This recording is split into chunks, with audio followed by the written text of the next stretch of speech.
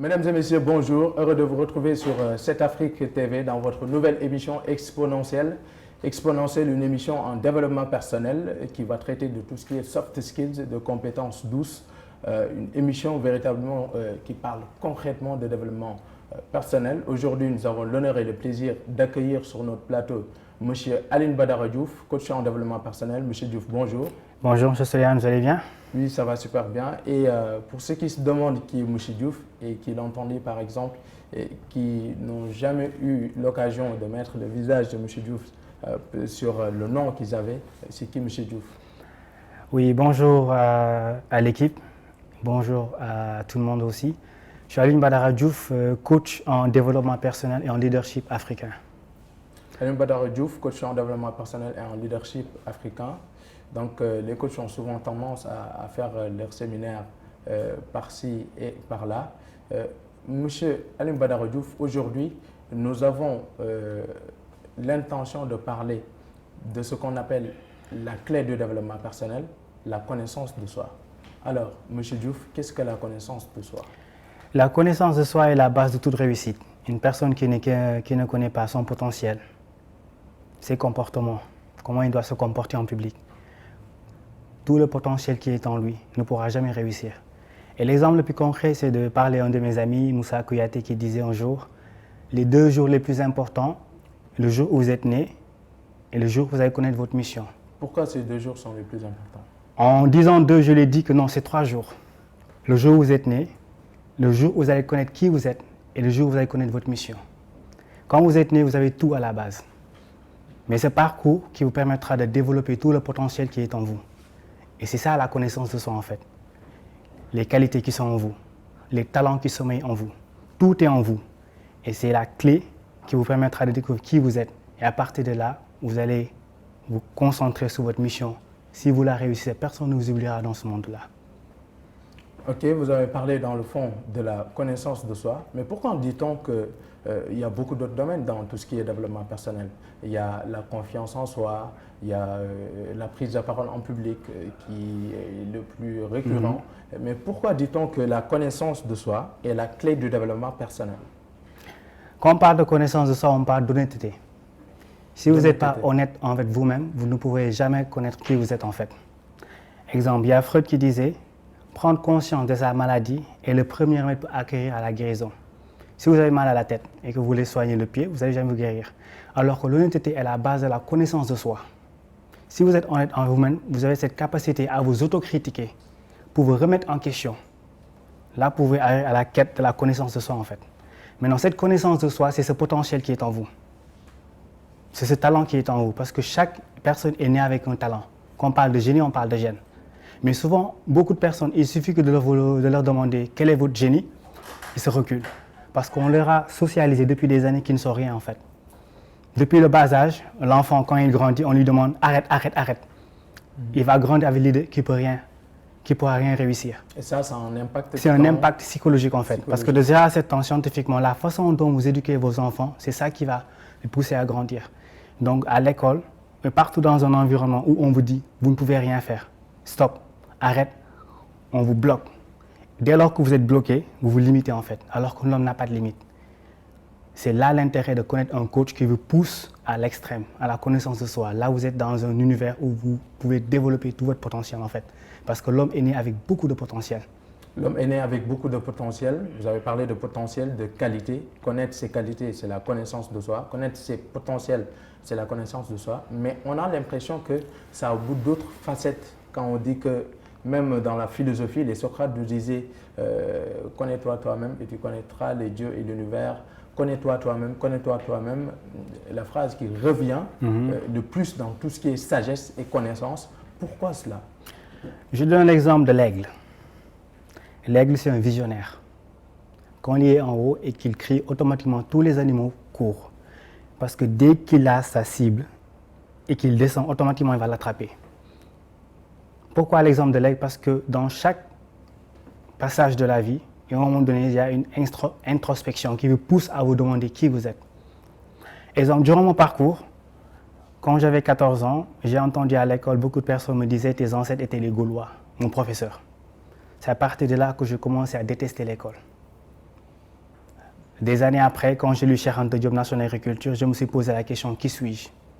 Donc je n'ai jamais détesté l'école, mais on ne m'a pas donné ce dont j'avais besoin, cette connaissance de soi, cette histoire. Qui suis-je? Qui sont mes ancêtres? Un jour, je donnais des cours de développement personnel à des étudiants, je leur ai demandé, qui sont les génies? Ils étaient les premiers à baisser la tête. Je leur ai encore posé la question. 1 mois, 2 mois, 3 mois, quand je les ai reposé la question, chacun a dit, oui, je suis un génie, c'est ça mon génie, c'est ça mon génie. Comment êtes-vous arrivé à ce résultat-là, de poser la question et que chacun se dise que c'est moi le génie, alors qu'au début, ils étaient beaucoup plus...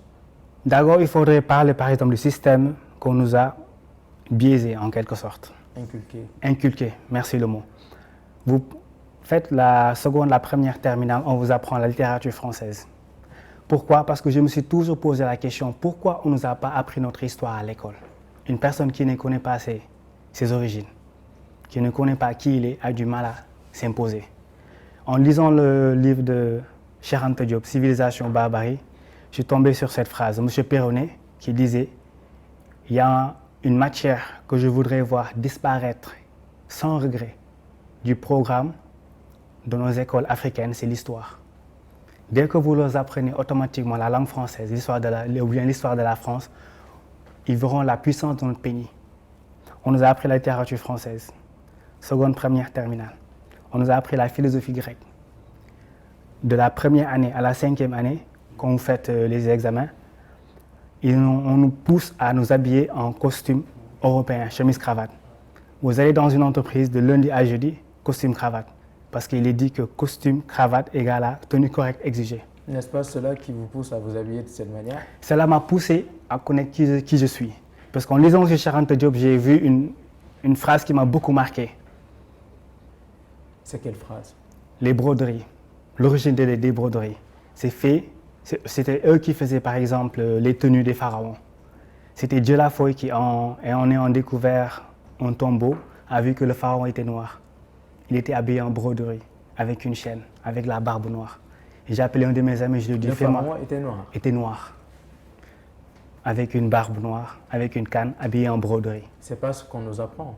La falsification de l'histoire de l'Afrique nous pousse à croire que nos ancêtres étaient des Gaulois. Et ceci participe à la méconnaissance de soi? Bien entendu. Parce que si psychologiquement vous croyez que vos ancêtres étaient des Blancs, si vous croyez que vous êtes nul, ou bien par conséquent, n'est que nul dafa bon, c'est-à-dire que le blanc, être blanc et être noir, si vous êtes noir, vous êtes mauvais, si vous êtes blanc, vous êtes bien. Donc une personne à qui on a inculqué depuis le bas âge va se poser quelques questions. Qui suis-je? S'il n'a pas de réponse, il est dans le suivisme. Donc notre méconnaissance de soi, c'est le résultat en quelque sorte de notre passé et du système éducatif. Voilà. Le système éducatif, quand on l'a inculqué, c'était juste pour nous affaiblir psychologiquement. Et la confiance en soi, c'est d'abord psychologiquement qui vous êtes. Si psychologiquement vous n'êtes pas prêt, automatiquement, vous allez être limité. Cheikh Anta Diop disait dans une phrase qui m'a beaucoup inspiré, à connaissance égale, la vérité triomphe. On nous a donné la langue française en disant que la langue Wolof ou bien les langues africaines sont des sous-langues. On nous a donné une histoire qui n'est pas la nôtre en nous disant que notre histoire n'existe pas. Bref, qu'on n'a pas d'histoire. Une monnaie qui n'est pas la nôtre. Tout ce qu'on nous a donné, on nous a mis dans un environnement qui facilement va échouer. Et si on échoue, automatiquement on dit qu'on est nul. Alors que l'échec, c'est l'apprentissage en quelque sorte. Donc la connaissance de soi, c'est tout ce programme de la langue, de l'histoire, du yoga. Prendre exemple sur ce passé qu'on ne sait pas en fait, parce qu'on ne l'a pas appris à l'école. Dès lors, quand vous êtes en phase de la connaissance de soi, vous êtes dans c'est comme si en fait c'était un enfant qui renaît. Là, vous êtes dans l'optique de créer, d'apporter une solution en ce 21e siècle en fait. Et c'est là que j'ai découvert le colosse, le génie qui était en chaque Africain, en chaque être du monde. Et mon projet Kemet Dream, c'est là qu'il est né. Oui, qui parle de Haroun Bardara Diouf parle de Kemet Dream. Kemet Dream, c'est quoi le projet? Parce que vous avez un coaching en développement personnel qui est un peu différent, hein, qui a une forte coloration panafricaine. Et c'est quoi le Kemet Dream? Avant le Kemet Dream, d'abord c'était le concept du rêve africain. Parce qu'en 2014, Après, parce que aussi je suis entrepreneur social et j'ai participé à certains concours. Mais là, je voyais qu'on était un peu, disons, dispersés, mais que chacun avait un potentiel. Le but du Camel Dream, c'était d'unir 7 milliards de personnes, 7 milliards de génies.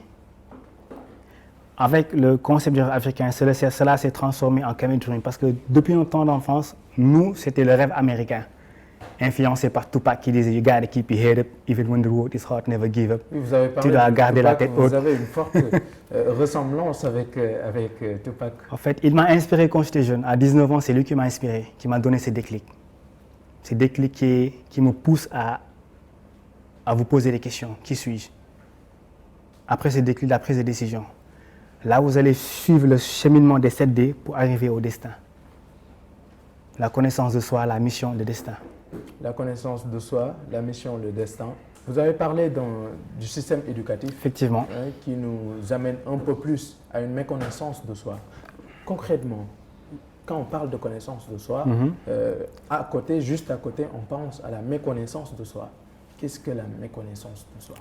Bon, tout d'abord, quelle est la valeur de nos langues? La valeur de nos langues. Pourquoi je pose cette question? Pourquoi je me pose la question en fait? Quand je disais national agriculture, je suis tombé dans un mot en Wolof. Je ne pouvais pas le lire. Il a fallu que je le lise en français. C'est un mot en Wolof. Djun. Il a fallu. Djun. Poisson. Il a fallu que je le lise en français pour pouvoir le comprendre. J'ai fermé le livre. Qui suis-je? Je suis panafricain, je ne connais pas ma langue. Je suis panafricain, je ne connais pas mon histoire. Qui suis-je? Donc là, vous étiez dans un état de méconnaissance de vous-même. De déclic, de méconnaissance, de déclic. Qui suis-je? La question. Mais quand Cheikh Anta Diop insistait dans beaucoup de ses livres, allez apprendre vos langues. Toute votre créativité se trouve là-bas. Après, j'ai pris des cours de langue Wolof. C'était fabuleux. J'ai tout le temps entendu depuis des années, il faut changer de mentalité. Mais les personnes qui nous le disent ne nous montrent jamais comment changer de mentalité. C'est en apprenant ma langue, le Wolof, c'est là que j'ai commencé à changer de mentalité. Exemple, le mot Serer. Le mot Serer, par rapport au mot égyptien, cela signifie architecte. Le mot Serer. En langue égyptienne, ça signifie architecte. C'est lui qui délimite les limites du temple. Serer, ethnie Serer. Le mot Sar, c'est le majestueux. Les premiers pharaons, Osatasen, Péripsen. C'est là que j'ai compris que les premiers pharaons étaient des Sérères, étaient des Toucouleurs. J'étais waouh, qui suis-je? On ne m'a pas appris ça à l'école. Les premiers pharaons étaient des Sérères, étaient des Toucouleurs. Prenez beaucoup de langues Wolof, ils étaient tellement similaires à la langue égyptienne que Cheikh Anta Diop disait que la première langue était une langue négro-africaine. On ne l'a pas appris à l'école. Pourquoi? Là, est-ce que vous insinuez par exemple que la langue Wolof est la première langue africaine? Cheikh Anta Diop disait que si le Wolof était la première langue africaine? Et si c'est une condition. Et il a prouvé scientifiquement, il a démontré qu'elle est proche du Wolof. Comme par exemple, quand vous prenez beaucoup de mots comme, si j'ai cité Sar, Sen, Serer, beaucoup d'autres mots. Et Tchabi, je pense qu'il y avait des mots comme... Tchabi, je ne sais pas, peut-être bien. Comme par exemple le mot Satch. Le mot Satch, originairement, ils appelaient ça certains qui venaient par exemple pour voler, on les appelait les Satch. Donc j'étais là comme un bébé qui venait de rencontrer sa mère en fait, à 29 ans. Ce que je n'ai pas appris à l'école. Pourquoi? Parce que c'était fait exprès pour qu'on ne nous apprenne pas notre histoire. Donc la connaissance de sa langue fait partie de la connaissance de soi. Effectivement. Parce que dès que vous commencez à utiliser votre langue, vous suscitez en vous votre créativité. Est-ce que ça a autant d'importance dans la connaissance de soi, la connaissance de la langue? La langue, c'est la base de tout. Prenez le français, apprenez-le à un enfant. Il va passer beaucoup plus de temps à réfléchir que vous lui apprenez en Wolof directement, ou bien en Peul, ou bien en Serer, ou bien dans n'importe quelle langue africaine, parce que c'est votre lien en fait entre vous et votre mère. C'est comme vous prenez le biberon ou bien le lait maternel. Le lait maternel est synonyme de la langue, est synonyme de l'histoire, est synonyme du yoga. Le biberon, c'est après. Donc apprenez la langue. C'est ça qui va susciter votre créativité en fait. Et dès lors que votre créativité est suscitée, vous pouvez commencer à proposer des idées, une idéologie qui est basée sur des valeurs. C'est vous en fait. C'est vous. Alors, M. Diouf, vous nous avez parlé concrètement de la connaissance de soi. Aujourd'hui, pour ceux qui sont en train de nous regarder et qui veulent se connaître, quels sont les mécanismes, les techniques, parce que c'est ça aussi, le développement personnel, un ensemble de techniques et de mécanismes qui vont permettre aux gens d'avoir un développement personnel, une amélioration dans leur vie. Et quels sont les mécanismes aujourd'hui qu'on peut utiliser pour se connaître soi-même? Vous avez cité une question très importante, qui suis-je, entre autres? Effectivement, quand j'avais 14 ans, on m'avait dit à l'école tes ancêtres étaient les Gaulois.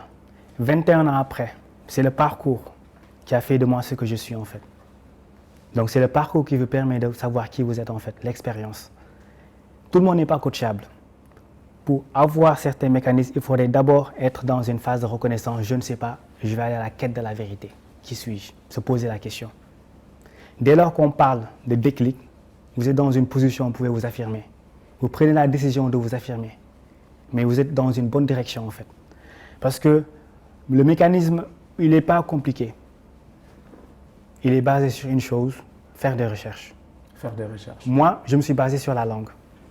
Pourquoi? Parce que dans beaucoup de discours, on privilégie la langue française, la langue américaine et d'autres langues. C'est pas mauvais, mais qui vous êtes en fait? Ça, c'est un mécanisme. Donc, il y a des leviers sur lesquels il faut juste appuyer pour accéder à la connaissance de soi. Effectivement. Quand vous connaissez votre langue, vous connaissez votre créativité. Cette créativité vous pousse à mieux agir. Quand vous connaissez votre histoire, vous pouvez vous baser. Parce que l'histoire de l'Afrique est basée sur le talent, ce qu'on ne nous a jamais appris à l'école. Comment sur ça, le c'est talent. basé sur le talent? Comme par exemple, quand on disait que le guerre ne doit se marier qu'au guerre, le guéwel ne doit se marier qu'au guéwel, et ce n'était pas basé sur le son, c'était basé sur le talent. Parce que le guéwel, en quelque sorte, il a une bonne mémoire. Il peut retenir 500 ans d'histoire et vous l'apprendre. Il faisait partie de l'éducation du roi. Maintenant, s'il se marie avec une autre femme guéwel, automatiquement, le talent descend automatiquement dans son enfant, vers son enfant. Et là, il a beaucoup plus de talent. Et j'ai pris exemple sur ma mère. Ma mère, je ne l'ai pas connue. C'est à 2 ans qu'elle a quitté ce monde. Mais c'est 27 ans après que j'ai connu ce que c'est la valeur d'une mère en fait. Pourquoi? Parce que j'ai appris le Wolof. On apprend le Wolof au monde, la qualité de votre mère, les qualités de votre père. Donc là, on n'est plus dans une logique d'égalité entre hommes et femmes, mais dans une complémentarité. Quand vous apprenez par exemple une loi des Nations Unies, ils disent égalité entre hommes et femmes. Mais quand j'apprends le Wolof, ce n'est pas une égalité, c'est une complémentarité. Après, peut-être je donnerai une histoire en Wolof pour montrer la valeur de la mère, la valeur du père, pour comprendre ces mécanismes, comment il est important, la langue, l'histoire. La valeur d'une mère, la valeur d'un père. Comme par exemple, là, il faudra que je m'exprime en Wolof. Quand j'apprenais le Wolof, mon coach m'a donné une histoire. Fangangar. Fangangar, c'était un serpent. Fangangar, le won, doomu Tchébi ak Ñangoor. Tchébi mooy jaan bu jigéen, Ñangoor mooy jaan bu góor. ñu tuddee ko seen doom Fangangar. dañoo seetlu woon ni Fangangar dafa jël ci papa, dafa jël ci yaay. ñu ne la leen seetlu la jël ci papa, bàppam dafa amoon dangar, soo la màttee rek automatiquement soo moytul di nga dem xëy bu. waaye yaayam dafa taaru woon. te dañoo seetlu lakk-lakk su amee Fangangar du daw, day lëmusu ba lakk-lakk bi dem. ñu ne comme que jaan moo jël ci papa, jël ci yaay, kon nit lan lay mën a jëlee ci papa, jëlee ci yaay. lan lay jëlee ci yaay ñu ne lépp luy ngor, muñ, taar, xel, yaay moo koy nàmpal doomam. lépp li nga xamante ne mooy ñaari fukki atu barke baay soo amee 20 ans foo dugg rek sa barke baay da lay topp, ku la gis da lay bëgg. tontulum penc soo nekkee ci penc di kàddu ñëpp lay déglu. loo wax ñu ànd soo joxee sa kàddu ñëpp déglu la. Nelson Mandela quand il était en prison, quand il est sorti, automatiquement quand il a donné sa parole, tout le monde l'a suivi parce qu'il a montré l'exemple, mooy la wax ñu ànd. Donc 4 qualités qui viennent de la mère, 3 qualités qui viennent du père. Quand j'ai entendu cette histoire, je me suis dit alhamdoulilah, j'ai jamais connu ma mère. Mais dans les moments de difficulté, je me suis dit, je vais jamais baisser la tête. Sama ngor dama koy téye. bëgg naa dara aw ma ko damay muñ. yàlla may na ma xel dama koy utiliser. waaye may na ma taar boo xamante su ma jekkoo kàddu rek nañ ma déglu. kon nekk ñeent yi nga xamante jufee naa ko nekk sama yaay moo ma ko nàmpal. te su ma nee sama yaay suñu yaay laa wax ñun ñëpp. kon jigéen lii lay jox doomam. waaye lu jógee ci papa mooy ñeent fukki at ko barke baay. En 20 ans, vous avez la bénédiction de votre père. Quand vous êtes dans une foule ou bien dans une conférence, tout le monde vous écoute quand vous donnez votre parole. C'est ça la qualité d'un leadership. Cette qualité que vous recevez quand vous êtes né. Mais c'est l'environnement dans lequel vous êtes qui va vous pousser à développer ces qualités. C'est pour ça que tout à l'heure je parlais de potentiel. Donc chaque être humain est venu avec ces 7 qualités. Papa, maman, vous. Et le développement personnel vous permet d'utiliser ces clés. Maintenant, en racontant cette histoire-là, n'êtes-vous pas en train de valoriser la femme? Effectivement. N'êtes-vous pas en train de valoriser l'homme? Est-ce qu'en racontant cette histoire à l'enfant qui va grandir, il ne va pas regarder d'un autre œil la femme qui va devenir une mère, l'homme qui va devenir un père? Et c'est ça une complémentarité pour une union harmonieuse, ce qui est différent de l'égalité entre hommes et femmes. Alors, vous avez tout de suite parlé de développement personnel, qui est en quelque sorte l'arbre sur lequel on est en train de discuter. La connaissance de soi en est une branche. Le développement personnel, comment le développement personnel peut booster le potentiel et les talents d'une jeunesse? Comment? Parce qu'aujourd'hui, on parle de l'arnaque du développement personnel. Il y a d'autres comme Julia de Funès qui a sorti un livre qui s'appelle Développement impersonnel, pour dénigrer un peu tout ce qui est l'industrie, en tout cas de tout ce qui est développement personnel. Quelle analyse faites-vous par rapport à cela? Bon, tout d'abord, je suis le premier à pratiquer le développement personnel. C'est-à-dire que je me le suis d'abord pratiqué en basant sur l'honnêteté. Donc, je suis le premier à méconnaître qui je suis. Le développement personnel m'a permis de connaître qui je suis. Donc, ça m'a aidé. Arnaque, certes, beaucoup de personnes peuvent le faire sans pour autant avoir les techniques, c'est-à-dire être dans le suivisme. Mais le développement personnel, en quelque sorte, c'est la connaissance de soi. Après la connaissance de soi, c'est l'estime, c'est la confiance en soi après l'estime de soi. Si vous n'êtes pas dans une logique de booster la personne pour qu'il se relève et se dise « je peux faire », il sera toujours dans l'incompris. Comme par exemple, je travaille avec une association qui s'appelle Wulundi et on travaille avec des individuels comme des particuliers ou des entreprises pour le booster dans leur entreprise en se basant sur la connaissance ancestrale. Avant, c'était le costume africain. Avant, c'était le costume américain. Maintenant, c'est le costume africain. Maintenant, je consomme local. Okay. Donc, le développement personnel, moi, m'a permis de me regarder et de connaître qui je suis. Maintenant, peut-être dans toute chose, il y aura toujours des personnes qui ne le maîtrisent pas et qui sont dans cette optique de vous aider alors qu'ils ne savent pas comment, qu'ils n'ont pas les outils. Et on va parler de ces personnes-là. Aujourd'hui, tout le monde est coach. Et comment voyez-vous comment puis-je m'exprimer par rapport à ça, ce marché désordonné-là, qui veut et coach, comment voyez-vous ce coaching désordonné-là auquel on assiste sur la toile? Bon, au Sénégal, on n'a pas encore régularisé. Au Sénégal, on ne l'a pas encore régularisé parce que c'est normal, parce qu'on ne l'a pas encore régularisé au Sénégal. Donc, tout le monde peut se permettre de dire être coach. Pour moi, le meilleur moyen de savoir si une personne est coach, c'est d'abord lui-même de le tester. De le tester? De le tester. Tester, c'est-à-dire que de le mettre en public, face à beaucoup de personnes. Un coach, en fait, ça ne s'improvise pas. Vous l'êtes naturellement. Et on essaie, par exemple, le coach qui est vrai ou faux à partir de ce qu'il a inspiré. Oui, et on va justement parler de ça. À quoi reconnaît-on un bon coach en développement personnel? Pour moi, un bon coach, on le voit à travers ceux qu'il a formés. Parce qu'on n'a pas encore de diplôme qui puisse le régulariser. Il y a des formations en entrepreneuriat social qui vous permettent d'être coach. Il y a des formations en coaching qui vous permettent d'être coach. On en donne aussi. Maintenant, si vous n'êtes pas à cette initiation pour devenir coach, vous pouvez vous auto-proclamer coach sans pour autant l'être. Maintenant, c'est l'individu qui, après avoir subi un coach, qui a remarqué qu'il n'y a pas de changement, c'est lui qui doit, disons, peut-être porter plainte ou bien voir une association qui s'en occupe. Mais comme ce n'est pas régularisé, là, c'est un peu difficile. Mais le vrai coach, on le reconnaît à travers le programme qu'il donne et les personnes qu'il a influencées pour qu'il puisse changer. Alors, M. Diouf, l'émission tire à sa fin. Le mot de la fin? Le mot de la fin, mon projet s'appelle Kemet Dream, Vision 2040. Pourquoi Vision 2040? Parce qu'à 14 ans, quand j'avais 14 ans, on m'a dit que tes ancêtres étaient les Gaulois. J'ai rejeté un système parce que je savais que ce n'était pas bon.